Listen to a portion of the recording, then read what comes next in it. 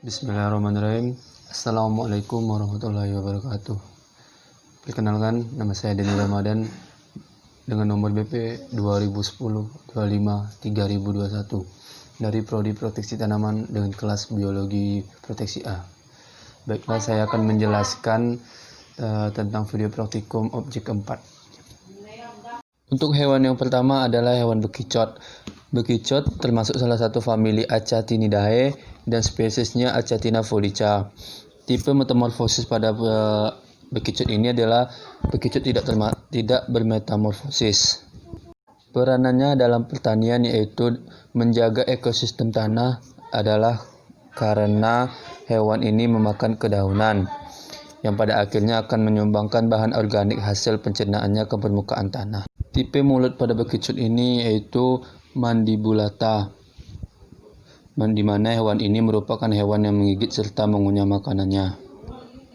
Untuk hewan yang kedua yaitu belalang.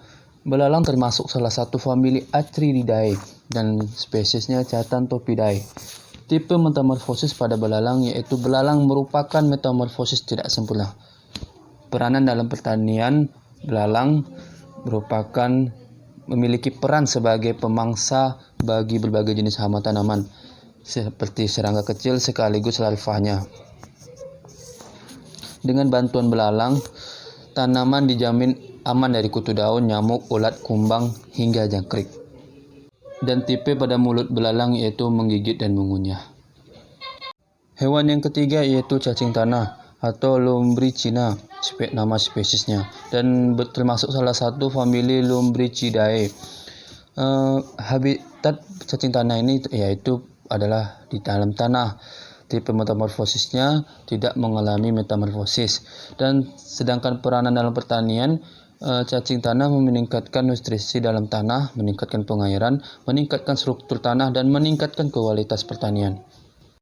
Pada tipe mulut cacing tanah memiliki mulut pada ujung anterior atau tidak bersegmen yang disebut prostomium. Hewan yang keempat yaitu ladybug atau biasa disebut dengan kumbang koksi. Kumbang koksi termasuk salah satu famili Coccinellidae dan spesiesnya adalah Epilepsna admirabilis. Habitatnya bisa ditemukan di mana saja, terutama di wilayah-wilayah tempat hidup tanaman yang menyediakan makanannya sendiri. Tipe metamorfosis pada kumbang koksis ini adalah metamorfosis sempurna. Peranannya dalam pertanian yaitu merusak perkebunan karena suka memakan buah-buahan di kebun. Dan tipe mulut pada kumbang koksi ini adalah tipe mulut menggigit. Hewan yang kelima yaitu hewan kepik kuning atau biasa disebut dengan yellow assassin bug. Yellow assassin bug ini berfamili Reduvidae dan spesiesnya adalah Cosmolestes sp. Habitat pada kepik kuning ini sering dijumpai di pertanaman kelapa sawit, terutama yang banyak tumbuh-tumbuhan baku. Dan tipe metamorfosis pada kepik kuning ini adalah metamorfosis sempurna. Peranan dalam pertaniannya berperan sebagai predator. Serangga ini juga memanfaatkan nektar bunga untuk makanannya. Tipe mulut pada kepik kuning ini adalah tipe mulut penggigit pengunyah. Baiklah, untuk hewan yang terakhir yaitu hewan laba-laba yang termasuk salah satu famili Araneidae dan spesiesnya adalah Araneus diadematus. Habitat pada laba-laba ini banyak ditemukan pada iklim subtropis, sehingga di Indonesia sebagai negara subtropis, laba-laba banyak ditemukan di mana-mana. Habitat laba-laba dapat ditemukan dalam tanah, di bawah batu, di rumput, di cabang-cabang pohon, di gua-gua, dan di atas air. Tipe metamorfosis pada laba-laba adalah metamorfosis tidak sempurna, dan peranan dalam pertaniannya, laba-laba merupakan salah satu kelompok arthropoda pemangsa dominan atau musuh alami yang memegang peranan penting dalam ekosistem pertanian, khususnya tanaman padi sawah.